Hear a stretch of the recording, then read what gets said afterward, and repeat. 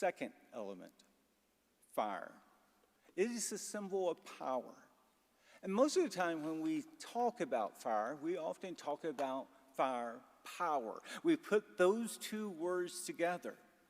In the Bible, fire is often used as a symbol of God's presence and God's power.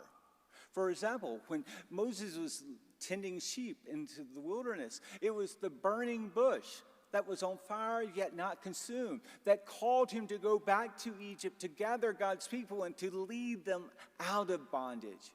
There again, it was smoke and fire that led them from Egypt into their wilderness for 40 years. God's presence and God's power. And here in this New Testament story, we have the image of God's power by fire. We have the apostles having flames flicker above them, a fire, so that all can see God's Spirit descending upon them. There's a story about a man who had a bad headache. It persisted for a couple of days, and finally he did what his wife told him to do. He scheduled an appointment to go to the doctor. When he arrived at the doctor's office, he was met by a nurse. But this was no ordinary nice nurse that seemed so compassionate and caring that you just have a warm feeling for. Instead, this woman was big. She looked more like a Marine drill sergeant, and she had the voice and the tone to go with it. When he told her that I've been having a headache, she stopped him. And immediately she told him, go into that examination room, take off your clothes, and put on a hospital gown. The doctor will be with you in a few moments. He tried to explain that really, what he was experiencing was not that big of an issue. It was just a chronic headache, that he really didn't have to do all of that. She just looked at him very sternly.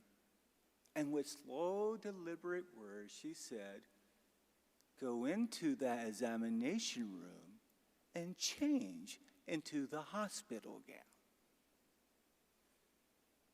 He did exactly what she said. He went to the examination room, he opened the door, and when he walked in, he turned around and closed the door, and he discovered there was someone else, another man, in that room with a hospital gown on.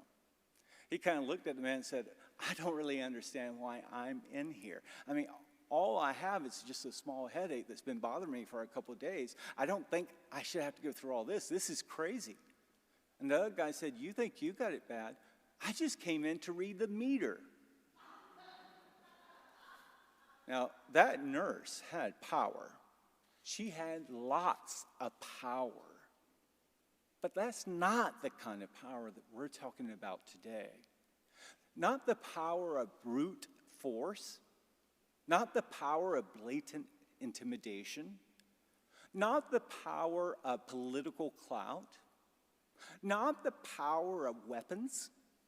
Not the power of wealth.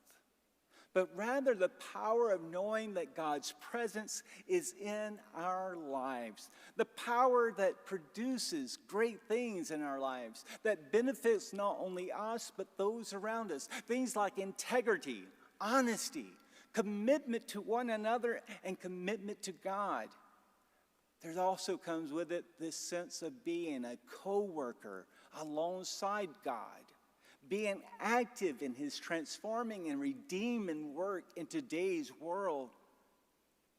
And probably the greatest gift that has power is the gift of God's love. There is nothing stronger than the gift of God's love. So the firepower of Pentecost, it fuels us. It mobilizes us. It energizes us. And it enables us to do great things. Being totally convinced that God is with us and God is for us. And that he will ultimately win. And that nothing, not even death, can separate us from him. There is incredible power in that. Let me ask, do you have that type of power in you today? Is it in your life?